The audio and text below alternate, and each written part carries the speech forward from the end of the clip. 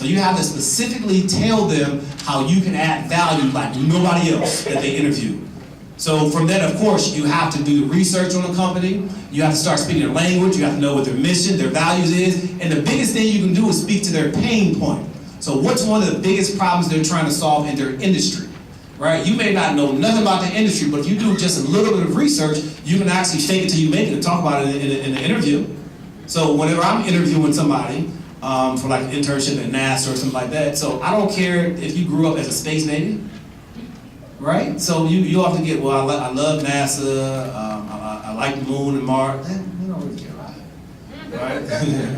we care about how you can help advance the mission of NASA. So the next thing you got, you have to customize your job search experience to stand out. Customize your job search experience to stand out. So you cannot just wake up the morning of and just send a general resume to 19 different companies. No, you have to specifically look at the job announcement and modify your resume with exactly what they're looking for.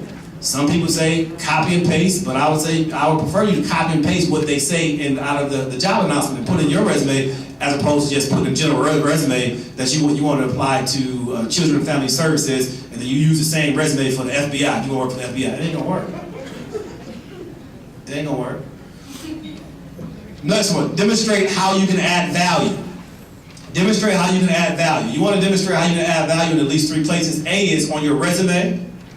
B is in your cover letter. C is during the interview. So we just did that with Ebony and Veronica. During the interview, you have to show how you can add value. So you say, I know what I have what it takes to succeed in this position. Well, talk to me. What do you have?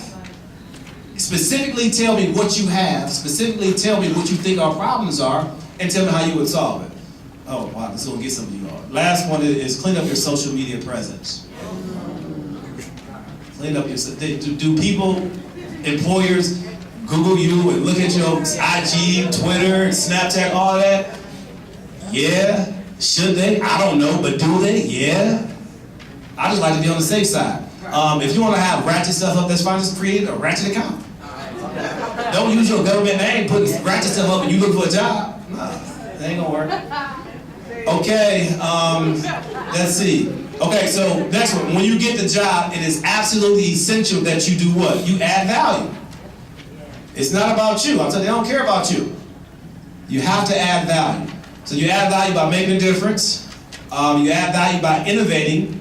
You add value by, this is huge. I personally had to learn this. Because guess what? When I got my little raggedy PhD, I was still working at NASA. I just thought the floodgates were going to open up to me. So I went to my boss's office and said, hey, I'm Dr. Moss now. I need the next promotion up.